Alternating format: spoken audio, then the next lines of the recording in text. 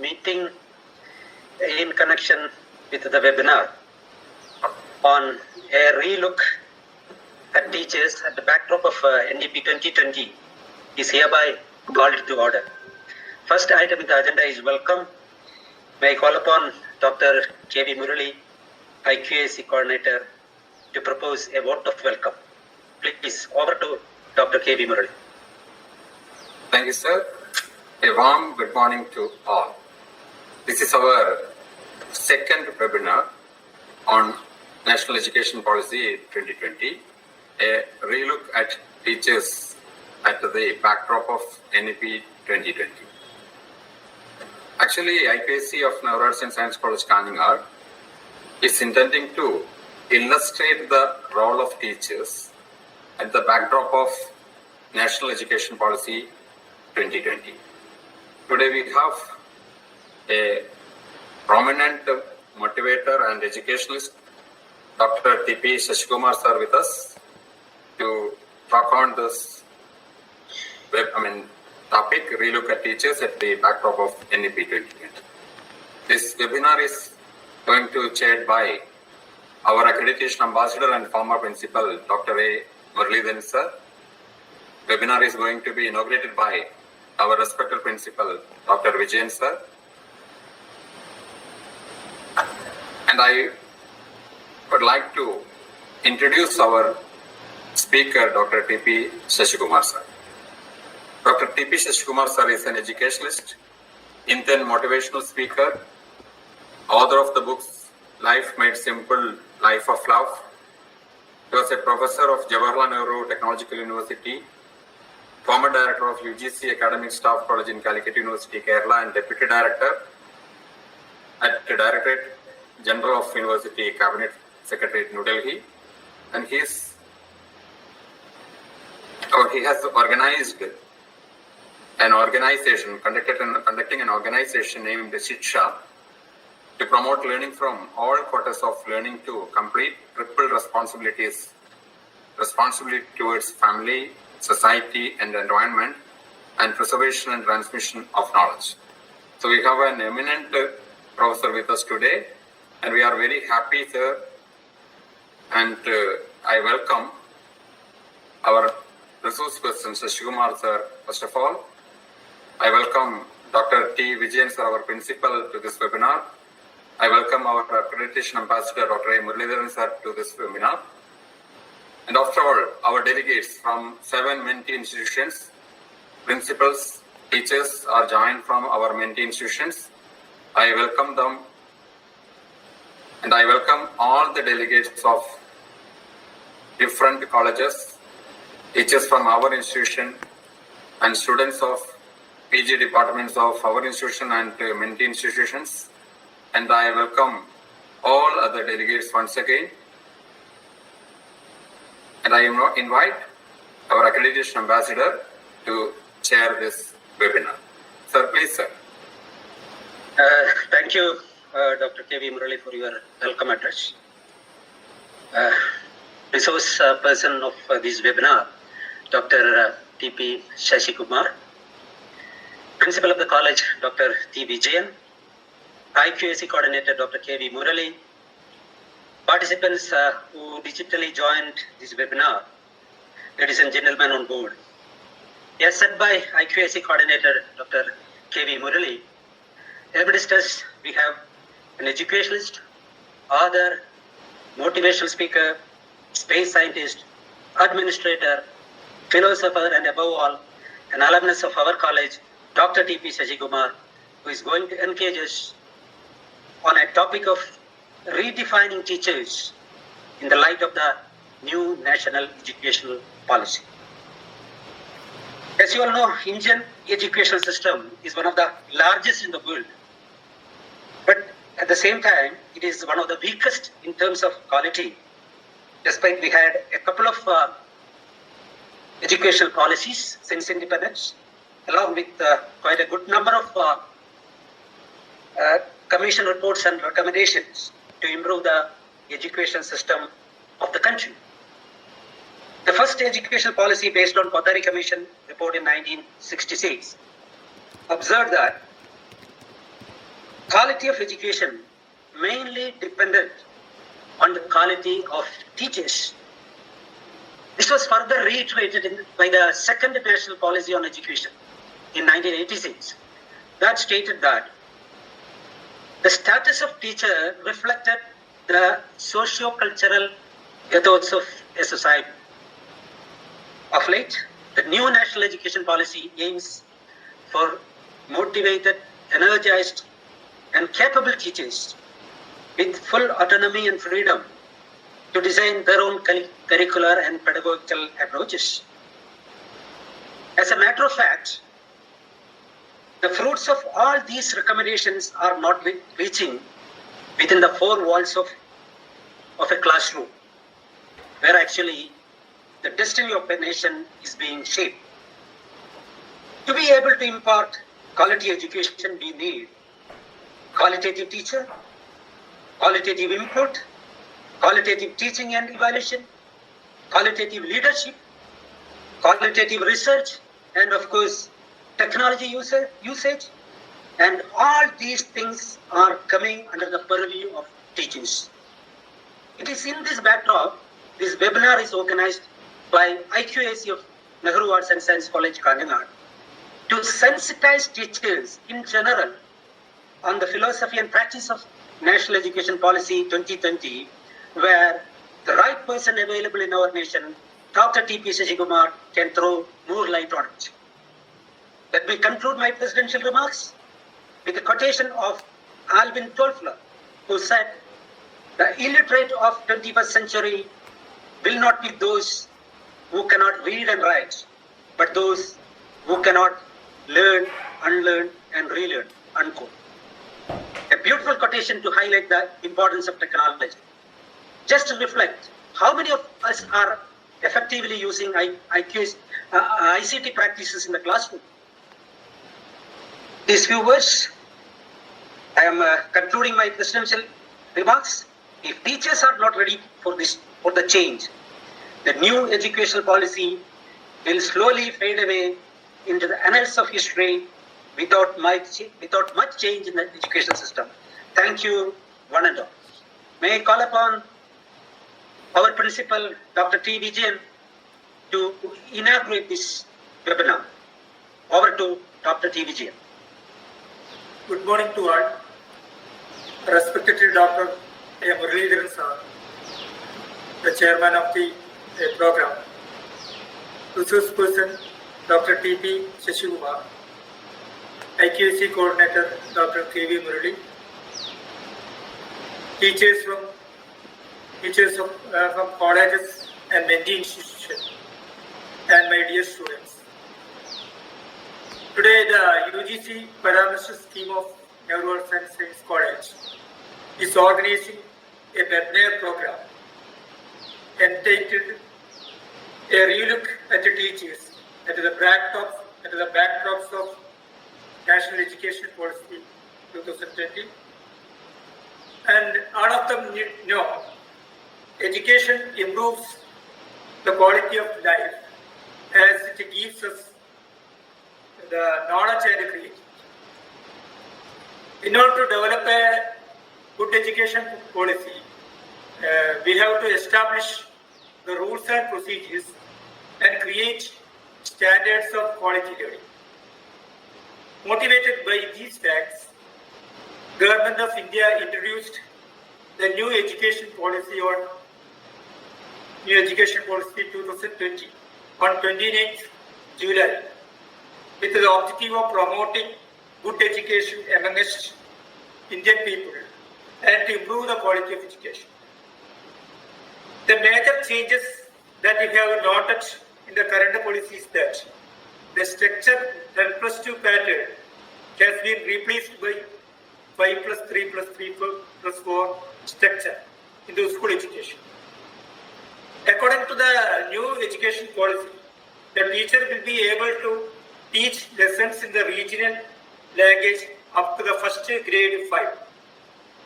Today, I am very happy that the pair program is handled by Dr. T.P. Shashikumar, and I know him since 1985 as he was my senior at Kusach during the PG degree course. He is a famous educationist and a motivational speaker and the author of many books related to art of learning and education.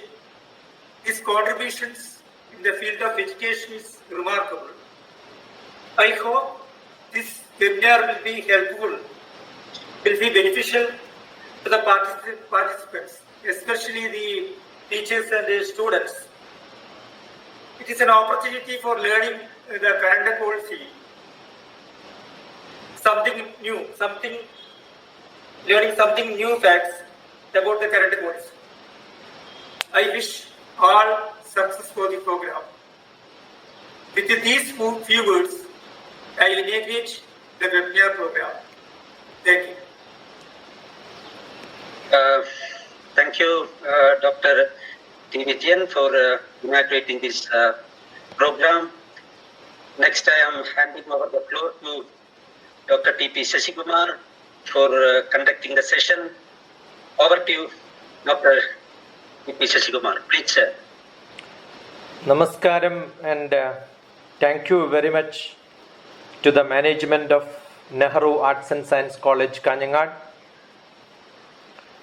Also, I must be thankful to Dr. Muralidharan sir because he heard me the other day in Kottayam. I think that initiated the whole process, or Murali also would know me, and Vijayan also knows me. Dr. Vijayan also knows me because I am associated with Arts and Science College from 1981. Because if it is 1 day or 1 year or 4 years, it makes no difference because I keep mentioning that's my old college. So it's almost 39 years back. Probably I have an opportunity to talk to the principal or principals of the college. Though I was there in Kanhangad College as part of Walk with a Scholar. I was part of Walk with a Scholar for many programs in many colleges throughout Kerala. So 2016 February I was there. So it's almost 4 years, 7 months. And it was on 15th. So it's 10 days. So it's approximately 1,500, 1,600 days after that I am meeting Kanhangad College. But that day I think I have not met any of the senior teachers because it was on a holiday. I had a program designed by me and submitted to the WWS program, and I was in Kerala most of the colleges. That program was called Mentors Navigation Program because mentoring the mentors was one of my program. Most of the time in higher academics we keep involving as best as I can. And I was very happy that Muralidharan ji was mentioning about the 21st century changes, the multimedia, the ICT practices in the classroom. It's in 2005 when I was director for Academic Staff College. I had a chance to be with the UGC CEC, Consortium for Educational Communications, which propagates multimedia learning. And I involved that portion of the learning in my Academic Staff College activity and taught all the people who had come to Academic Staff College either for orientation or for refresher programs. And there was huge resistance by teachers because they kept asking, why should this, I have to learn this? And I'm sure it's after 15 days in 2020 people are using minimum level that. Most of the time what was happening to teachers, they were in black and white, white chalk in the blackboard, black and white. Then they probably changed to a whiteboard with some color pens. And then maybe slide projector or overhead projector came, the same stuff was photocopied and kept and then projected. And when the computer came, things did not change. The same stuff is put as a text in the classroom. And the other day I was listening to some of the teachers who were telling that it's nice today that because you can project it and then start reading on the screen. You don't even have to prepare much. So if you are such a attitude, it becomes too difficult for changing teachers. That's the first thing I have to tell you in the beginning. Because I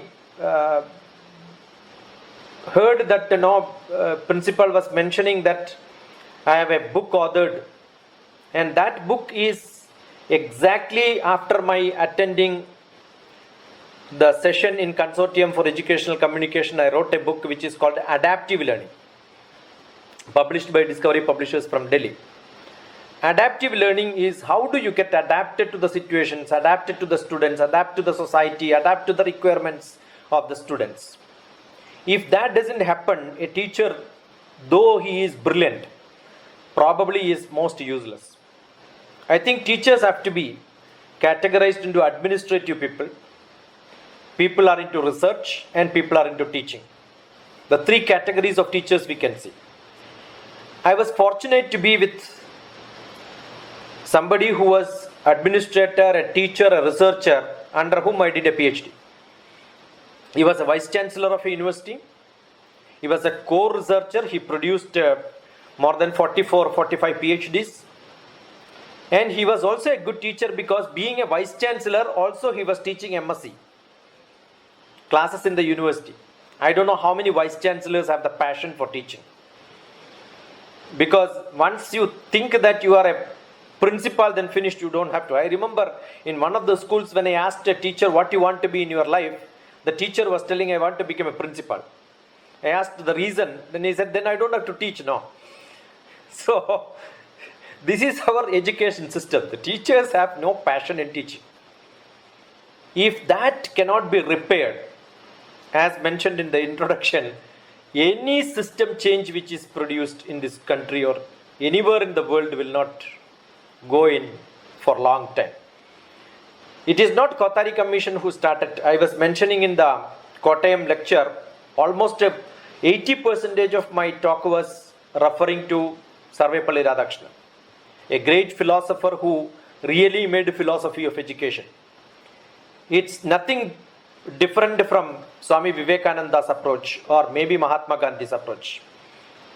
Swami Vivekananda was always, with one word he says, education is man-making. It is to say that literacy is not the ability to read and write without mistakes. Robots also can do that. There are monkeys and cats and dogs who are trained for writing alphabets. So that doesn't mean literacy. Literacy means you have to have idea inside you. And you should also know how to give that idea to somebody else.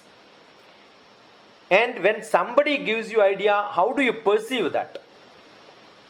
If you are not able to perceive that, then there is no point in reading and writing. You are not a copying machine.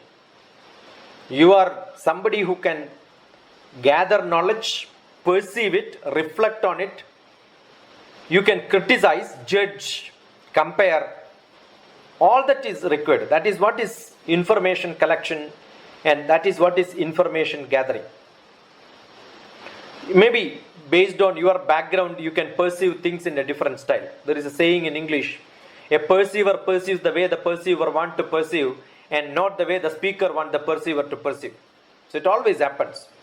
If you are not tuned to the frequency in which the speaker is telling, whatever you say will go in vain.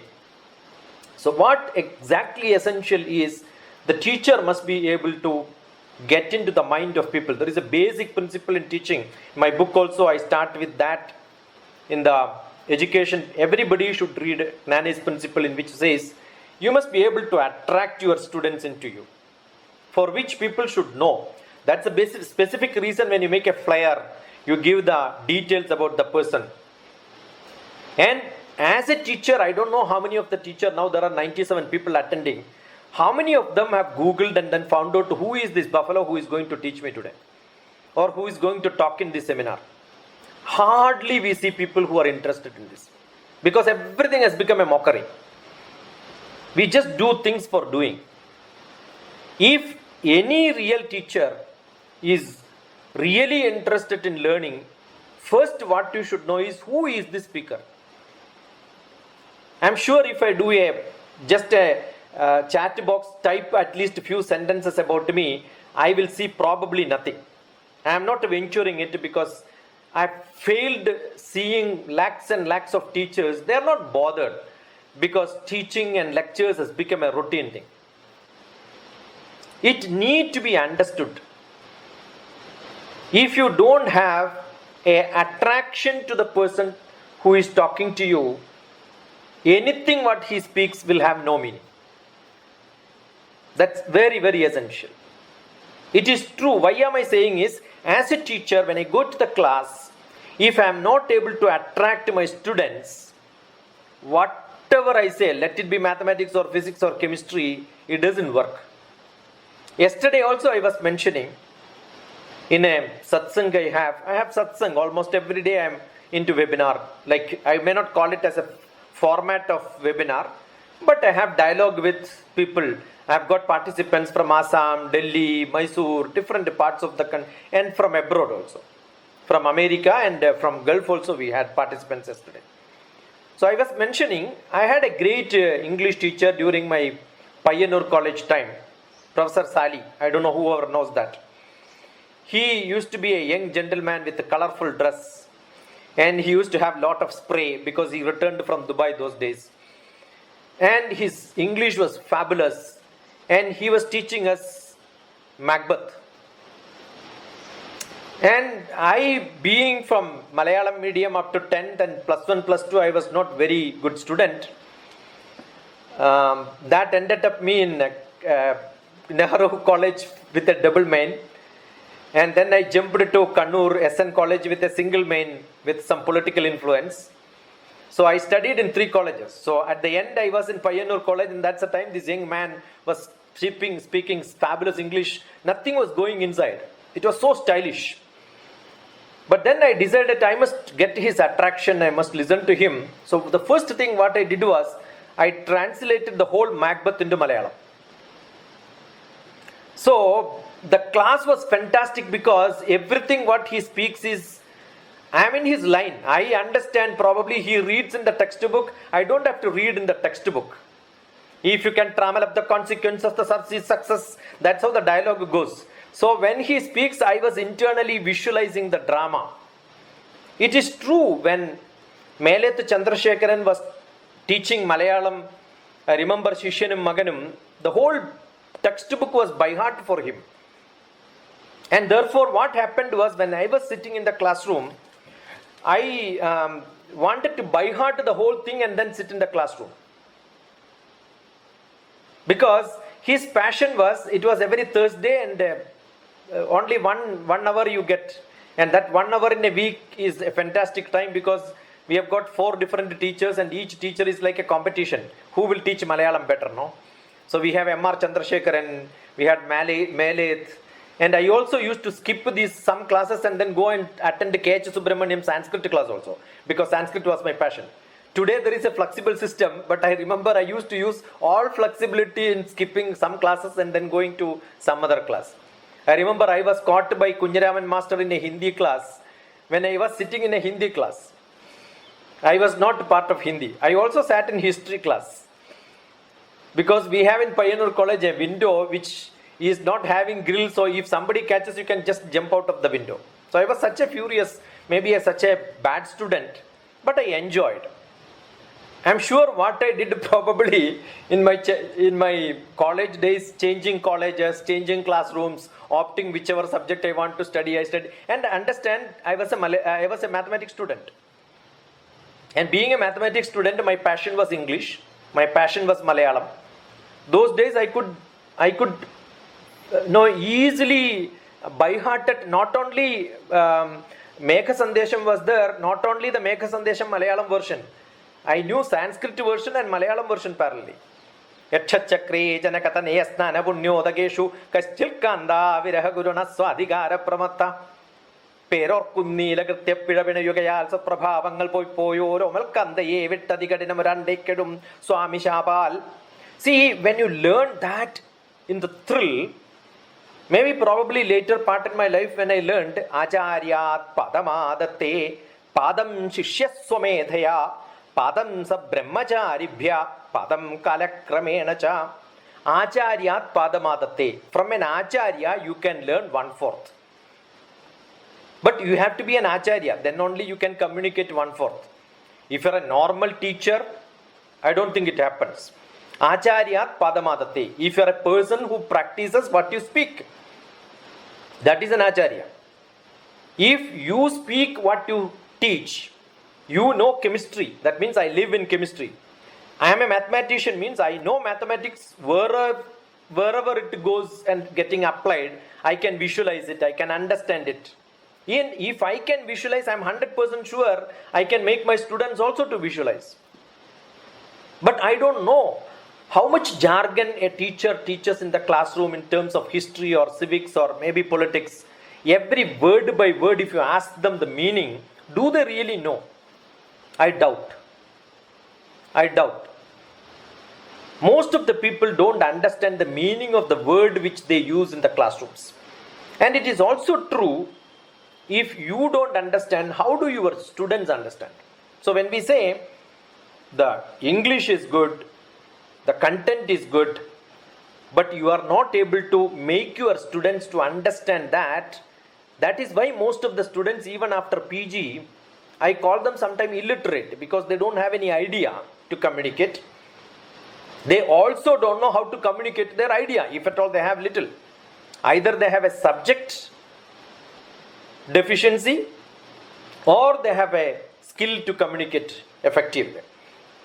So both hard and soft, both skills are nil. And that happens to be, see, Grantham Moonu Pakarthidil Muhurtam Mutramayadu. You keep on copying, and such teachers keep communicating to the next generation. So over and over period of time it got diluted.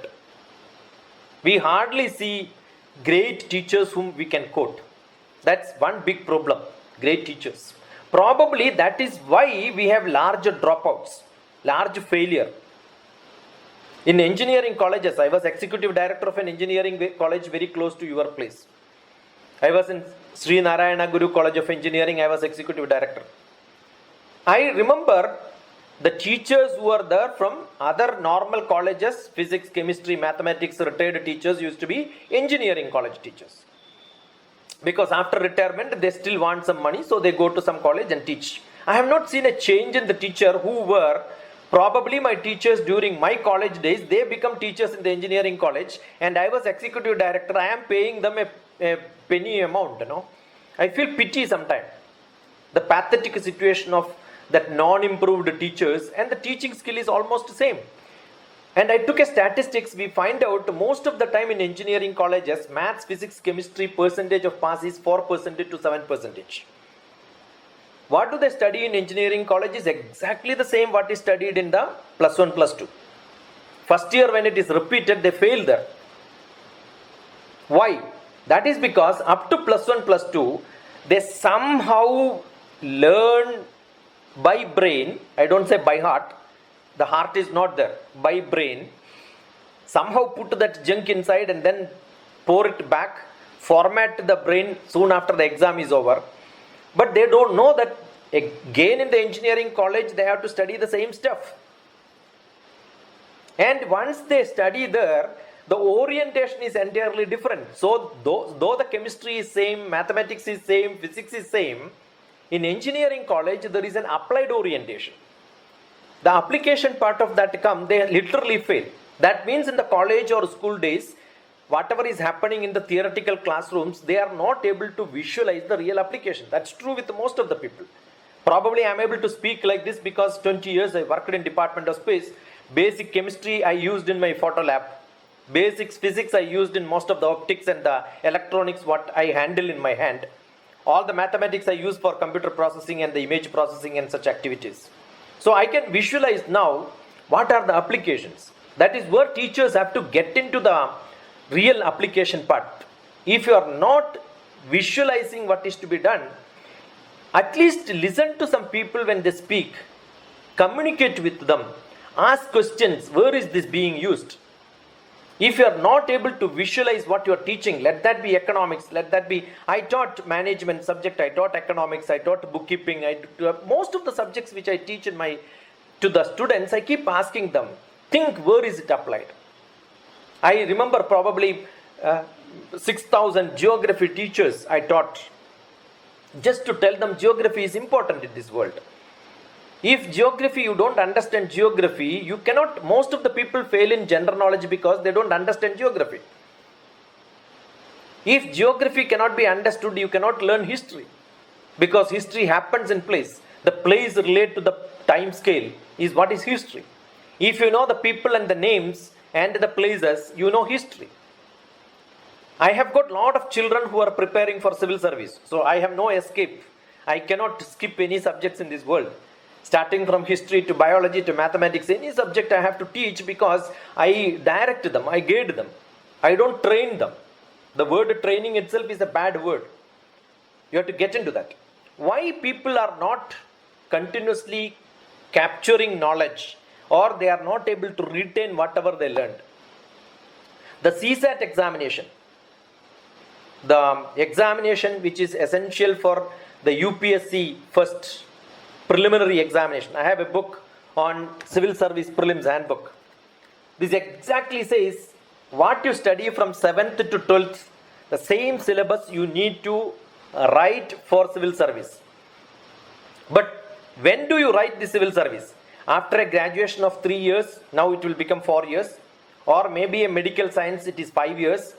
So people get worried saying that no, the 3 years graduation is changed to 4 years now. We have 3 years, 4 years, 5 years graduation even today. There is no change. It's all there. But it is all experimented in different places for different courses. And these students, after 5 years, probably after 2 years of specialized training, they wanted to write examination. The syllabus is 10th class, maths, physics, chemistry and English. They fail, literally fail, because they forgot everything what they learned. Because their background they forget and they only keep foreground. Why is it happening? Whatever I, DrTPS, today talking to 95 teachers in front, at least 3 sentences, 3 concepts, you don't have to remember this man. You don't have to remember the date. Some aspect of what I speak, I am not able to get into your heart. I am an utter failure. I am an utter failure. I am sure it gets into each one of the teachers who have got little heart in teaching. I am sure you will get it, because I am talking from my heart. I am not talking from my brain. I am not talking from my textbook. I am not talking from a PowerPoint. I am only talking powerful points from my heart. So I am sure if you have little heart, you will take it. I am sure if you have little heart and passion for your subject, you will be able to translate that to your students. And if you can do that, I'm sure you will be able to capture your students along with you. After 10th or 11th and 12th, I come in most of the TVs and radio programs, mostly in Gulf. Every student will ask me one question after 10th. Sir, which stream I have to take? Should I have to take commerce or biology or maths or computer science? Or I ask, see, you have been given a buffet of different subjects with you. Don't you know which one you have to eat? Do somebody else have to suggest you what you have to eat? You must have tasted every subject. And by now, after 10th, you must be able to tell what is your choice. After +1, +2, again they will ask, sir, what should I learn? Yesterday there was a student asking, sir, should I learn philosophy or biology? In this college or that college? See, they have no idea. Why are they not going to the teachers with whom they lived for maybe 10 years or 12 years and ask the same question? They know these teachers cannot give suggestions. Probably 10 minutes they must have heard DrTPS and then come and ask me. So I'm sure that convincing nature you should have. You must not become just a teacher. You must become a guide. You must become a philosopher. It is more essential. Directing students is more essential. And if you don't do that, what will happen? There are plenty of people. I don't know, in Kerala is the most worst place where you see a lot of corporate trainers. Have you heard of this terminology? And the other day I was attending some corporate trainers training program. There were 200 people attending. And I found half of them are teachers. And who is this corporate trainer? Who failed in most of the subject, who did not get any job. And they became some club member. And they write corporate trainers. They have not even seen a corporate office in their life so far. And they write that they are corporate trainers. Because they must have read some 3-4 books in how to communicate in English, blah, blah, blah. And they look at some PowerPoint and then present. I think teachers, you must understand that the whole concept of national education policy is because we wanted to improve the GER, the gross enrollment ratio. It may not be appreciated well by people in Kerala because it is high in Kerala.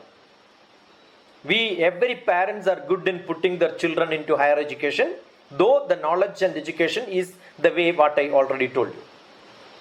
But in other part of the country, I have been traveling all across. From southwest Kerala, I used to go to northeast Arunachal Pradesh. So I have traveled across with a lot of teachers, training with a lot of students, discussing with them, understanding what is to be done. So we find most of the time, out of 100 children who are into grade 1, only 79%, 20% of the people drop out, and we have 79% in the grade 10. And when it goes to plus 2, it becomes again 20% less. It becomes almost 60%. Basically because we don't have good colleges, good plus 1, plus 2 schools. And you know, when it comes to college, the whole 80% reverse into 20%. Only 20% of the students get into colleges. So higher education requires large number of seats because the population, the youth population in India is going to be huge. And therefore, what is decided by the new education policy? And it is not number of colleges, number of seats alone. It's going to be a large social, cultural, economic change. India has to economically grow from 2 trillion economy which we have today. Our aim is in the next 2-3 years, maybe 2025, we should become a $5 trillion economy. I'm sure that is going to have a great impact because education is getting 6%. The 6%, if the GDP is larger, the percentage is also larger. You get a lot of money. I'm sure all the teachers must get good salary. We must have good infrastructure, good facility. And our students are going to be multidisciplinary, means the teachers also should be multidisciplinary. And when the students are learning liberal art, I'm sure a mathematics teacher also should have little art and liberal art and languages. So flexible entry, flexible exit also means the teachers also must be as flexible as the system is. So we are trying to compare, probably there could be some mistakes in the NEP, which I may not myself personally will not agree, because the ambition is to become like an American Ivy. No, we should not become somebody else. We should become what we are, or maybe we could strengthen what we are. So I am sure from the basic education policy which we had from Radhakrishnan to NEP today, empowering the teachers was one of the most stressed point, which failed because of many reasons. I am not trying to do a surgery to find out, because as teachers, most of you know what is wrong with the teachers. Probably when I, being an outsider, not happen to be a professional or a school teacher with a basic teaching in the classrooms for a continuous, not except for some maybe invited lectures and invited talks, I did not do a job. Now I am a professor in a university in mathematics, but that too in online only I am doing. Being a professor, you have once in a while some classes, not many regular classes and evaluation schemes and all that. But I am sure every teacher understands that there is something which is lacking in us, and that needs a great repair. And I am sure this is the right time, because everybody is going into online. There are a lot of changes which can happen. You can think yourself. And before criticizing, I'm sure there will be a lot of people who have reservations in accepting what is said. You must understand this was chaired by one of the greatest scientists of India, K. Kasturirangan. Just because some great fellow says, you don't have to accept it. Because Bharatiya Shastram always says, Yukti Yuktam Upateyam Vachanam Balakatavi Anyatranamavatyajyam Apyuktam Brahmakatavi. Whatever is told by Brahma, you don't have to accept because he is Brahma. Even a small child says, if there is logic, you must accept it. That is what Department of Space also. We have every questioning authority to including the chairman. In a meeting, we can ask him and tell him that you are wrong. We are all accepting that because that is the tradition Sarabhai taught all of us. So I'm sure, but if you look at the people who are there, there is a great mathematician there, Manjul Bhargav, who is almost like a world-renowned mathematician. So I'm sure most of the people who are into that applied a lot of brain. In the higher education, it has got a lot of implication because most of the people were from the higher education sector. We are not discussing anything on the primary education and the childhood education and such things because I'm sure this is not the forum, which I have done in some other forum very extensively. Probably you should look at my YouTube and then look at NEP DrTPS. If you type in, you will know what I speak in different places. It's entirely different from forum to forum. We have got 718 districts. What is NEP envisaging? Every district we will have one university.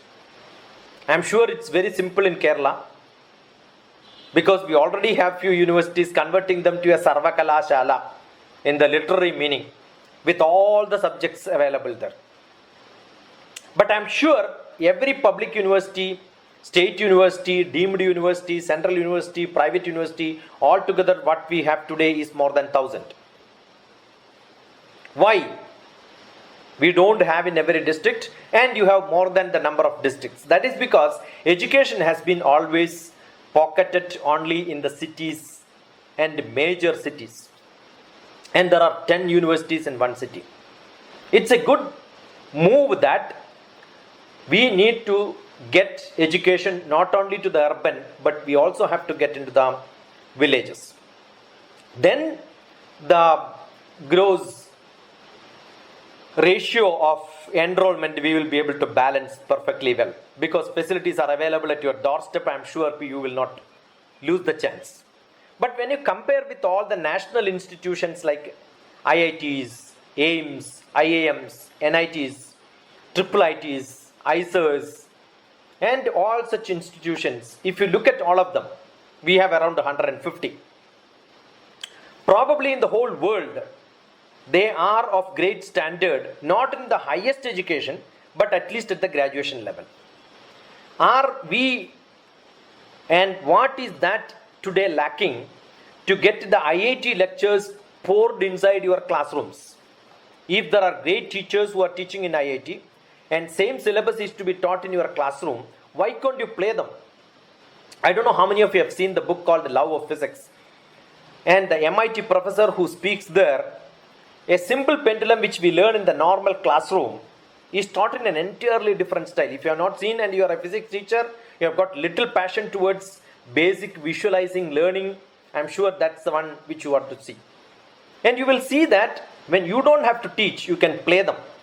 So the online, the multimedia facilities have to be used. So technology use is must.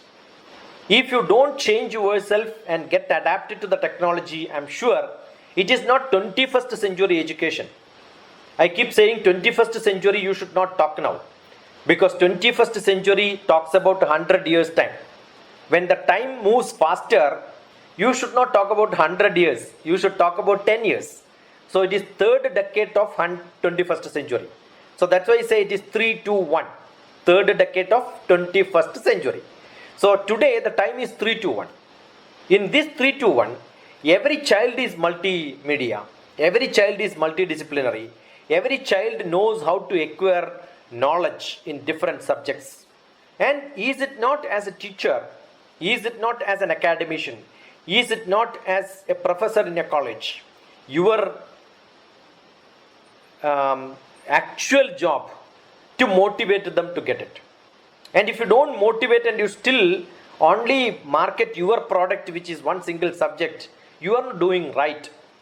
So this is where I am saying you must all have that ability to become the great teacher using technology at the maximum level, who understand everything what is happening in the world.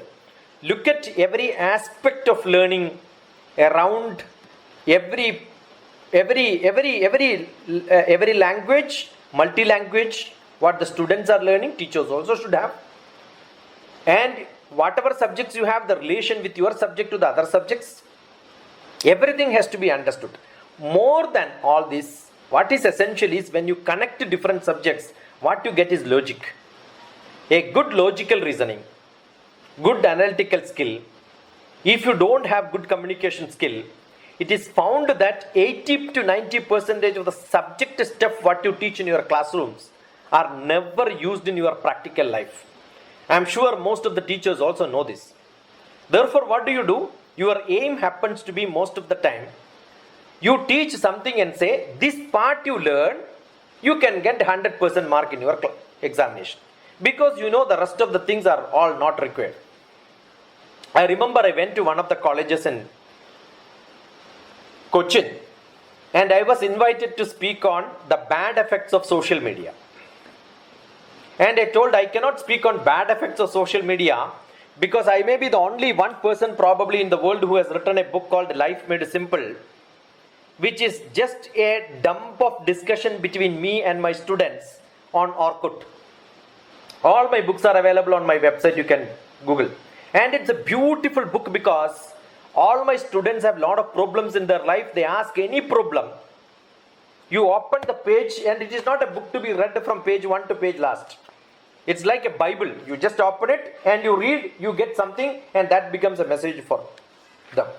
I remember many people who come to me for counseling, I used to give them the book and then ask them to open this and read. There were people who said, yeah sir, I got my solution, I'm going back. So that is the beauty of this book. It has been applied and used by many people like that. What am I saying? And who has written this book? You are asked to speak against the social media. Is it possible for me? I said no. If you want me to speak, and they are paying me airfare from Hyderabad to Cochin to speak for 1 hour plus the beautiful honorarium, right? And for this I said no, I am not going to fool me. I have got my passion, I have got my genuineness. I am not going to make myself a fool. So you know immediately what they said. Okay sir, there is another speaker which we identified who will speak against this. And then the person who is identified to speak pro, I will ask him to speak against. Most of you know him.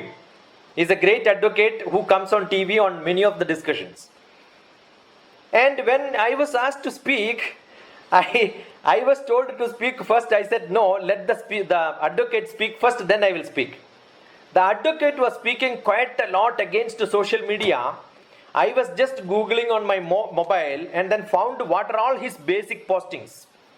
I put all of them onto the screen and said, this fellow morning itself have posted many things, and then he says social media is useless. 2 sentences I finished my class and I got my honorarium and airfare. The whole students were with us. What I'm saying is, don't speak stuff which are not factual.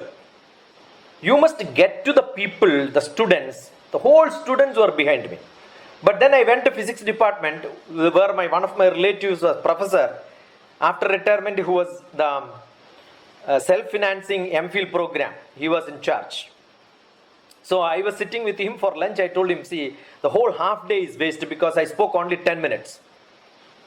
And I flew all the way, spending my early morning, 3 o'clock, we had to wake up to get to the 5 o'clock flight.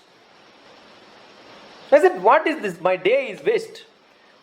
Do you have MPhil students of physics whom I can speak? He said, yeah, they are available here. I said, call them. I want to speak to them.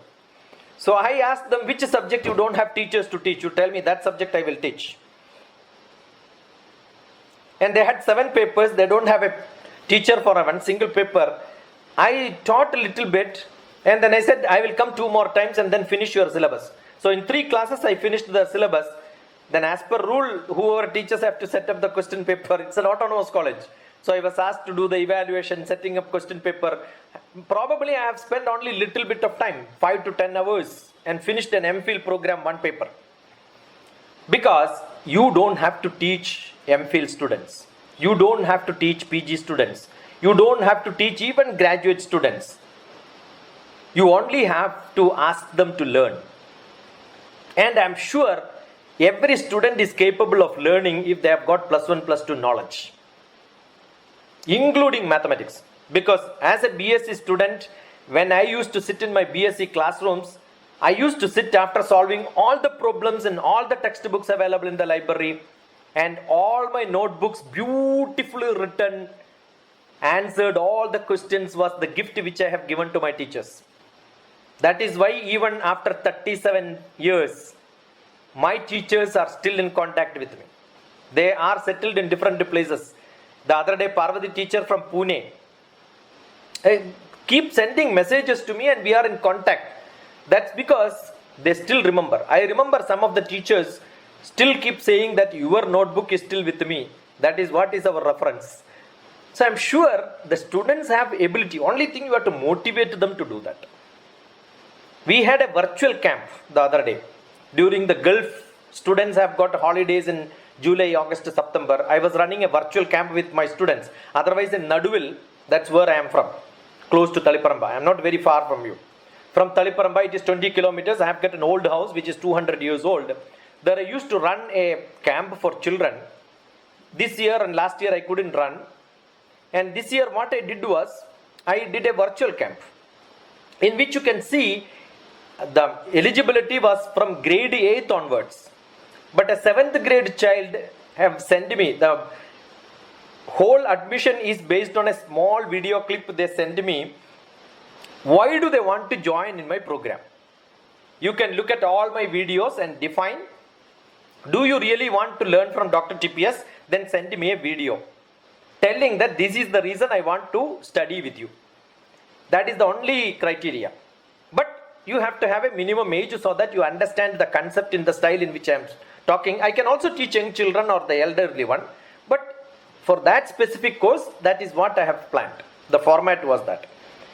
So this 7th grade child had sent me a video saying that though I am not eligible, it says only 8th grade is eligible. I want to make a shot and try. And you must see the videos. What the child presents on history classes. Because my assignment is this chapter in your history class. Because she is going from 7th to 8th. 8th class, history class. You make a PowerPoint presentation and then teach like a teacher. That's a presentation.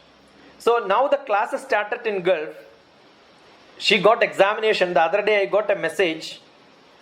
It says she did perfectly well and the teacher was asking, how did you learn this? And she said, already I taught this to many students. So I'm sure today, if you just motivate your students, they will do wonders. But they must be 200% busy. And as a teacher, you can relax. Though I am running a 40 students virtual classroom, my job is probably because I am into editing my videos and posting them YouTube, communicating with them, I am busy. But subject content wise, I don't have to invest because I learn from my students. I know many subjects because I have got great, beautiful, brilliant children.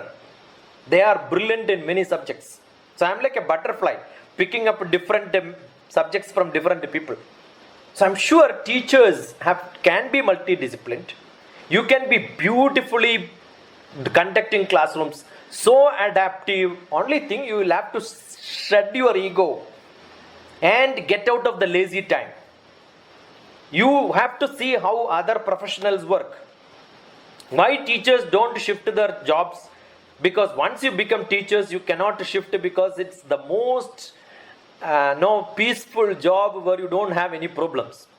You go to any other profession, you will see the real problem. That's why I keep saying, once you become a teacher, lifelong you become a teacher. You are unfit to become anything else. But any other profession, you can always shift to teaching.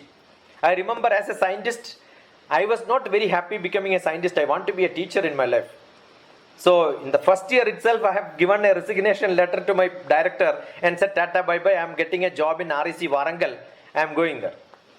RC Suratkal, near to Mangalore. So my director said, I was a teacher earlier. I know it is easy for anybody to become teacher, but it is not that easy to become a scientist. Because we work sometime overnight. We have got hard, not tough time. Within the time limit, we must deliver something. It's a hard pressurized time. It's not 6 hours, 7 hours in the classroom. So you have to.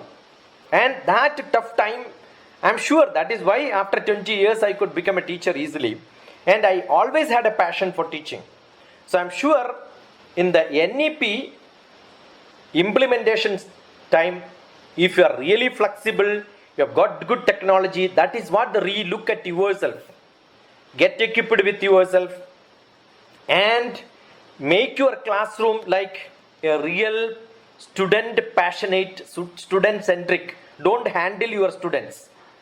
Give hands to them. And I'm sure if you are doing that, your journey will become a highest journey. And you will have a beautiful life of achievement. The time and the expertise. Assume you spend 2000 hours in a specific subject. Probably you can learn little bit of that subject. That's it. And as a teacher, if you're only teaching 1 hour, 200 working days, 10 years, then only you are achieving that. And if you want to be really a good teacher, I'm sure you should have lot of time investing to learn that. Putting into practical, I'm sure the experience which you have, getting some 6,000 hours of experience will make you a professional in that subject. That is what is Acharya. If I am teaching mathematics a minus b into a plus b is equal to a square minus b square, that's not good enough. I must know where is it applied. Immediately I must tell that 32 into 28 is 30 minus 2 into 30 plus 2, therefore 900 minus 4, therefore it becomes 896. That's where you can use your formulas. If you don't teach that, I'm sure teaching a minus b into a plus b is useless. It is just to mug up, write in examination, get marks. That was our focus. From that focus, you must now focus on to application. So what is the greatest contribution or what is the greatest change a teacher should have? Everything what you teach in the classroom, keep asking, where is it applied? Why should I teach it? Why my student have to learn this? How should I teach it? Why? www. Why, where, when, who, how, what? Keep on asking this. And if you ask and you get an experience of answering it, then I'm sure you are a practical teacher. And that experience you have on every aspect functionally, then you have achieved that expertise. Probably you need nearly 10,000 of hours for doing it. And that is where it is. And when you have that imagination in you, I'm sure you can make your children also imaginative, creative, innovative, at least if not that little bit of improvisation on their thoughts. That is improvisation. That's good enough. If you can make that improvisation, I'm sure you are a great teacher and that has to be your aim. This is what I wanted to tell you. The time given was 11:38. I think I'm stopping some 4 minutes early, though we started little late.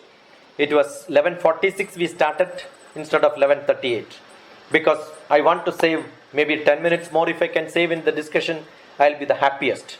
I think I opened up a big Pandora box of activities. It is not that NEP is unknown to you.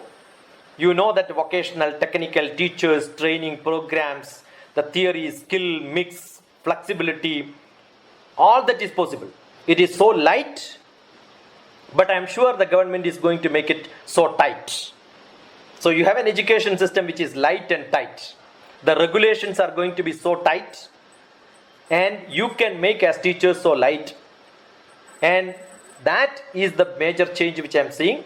So I open up the forum for questions and answers. I'm sure you have a lot of knowledge.